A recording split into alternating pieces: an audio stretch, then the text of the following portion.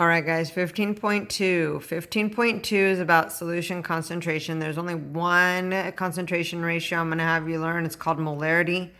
I used to have like 5 that I used to teach, or we're kind of down to 1. Couple things that I need you guys to remember. Remember, qualitative data has to do with physical appearance. So solutions can look concentrated or they can look dilute. In other words, they can look like, if you have a tea that's really dark, then it's very concentrated. If you have a tea that's very like transparent, it's dilute. Juice, you can have a juice that's more dilute, which means there's more water and less solute, or you can have it where it's darker, so there's more juice and less water. So that's a qualitative property. Quantitative has to do with measurements, right? So that's what we're going to be talking about here. How do you give an actual measurement for whether a solution is concentrated or dilute? So there are, like I said, 5 concentration ratios, but we are going to focus on molarity. So molarity is represented with a capital M. And so the formula for molarity is moles of solute over liters of solution. And so basically moles over liters are the units for molarity, and you can use a capital M to represent that.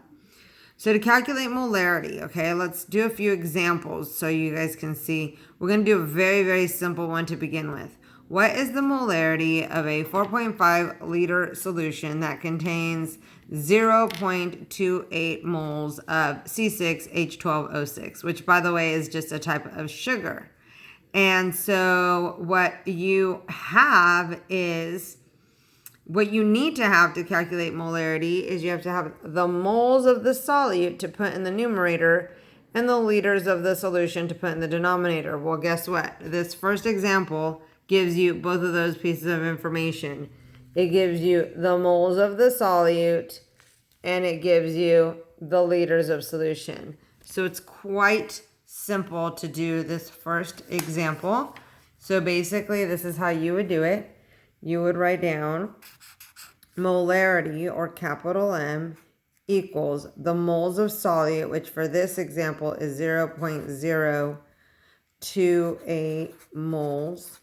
And then you divide it by the volume in liters, which in this case is 4.5 liters. You plug it in the calculator. So you just literally go 0.028 divided by 4.5, and that gives you 6.22.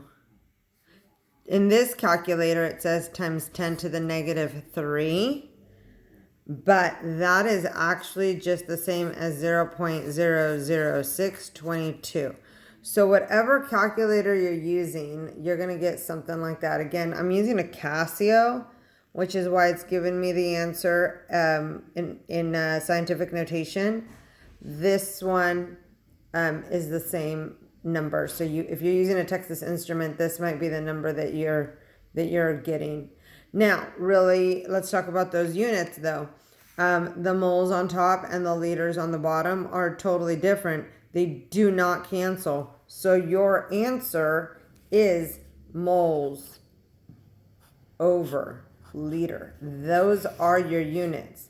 Now, you could also, and you will see it written like this, capital M. Both are fine. Both are acceptable. I will tell you, for now, I do prefer this because I want you guys to know that moles are on top, liters are on the bottom. Okay, so that's your first example, easy example. All right, I'll do a couple more on the next video.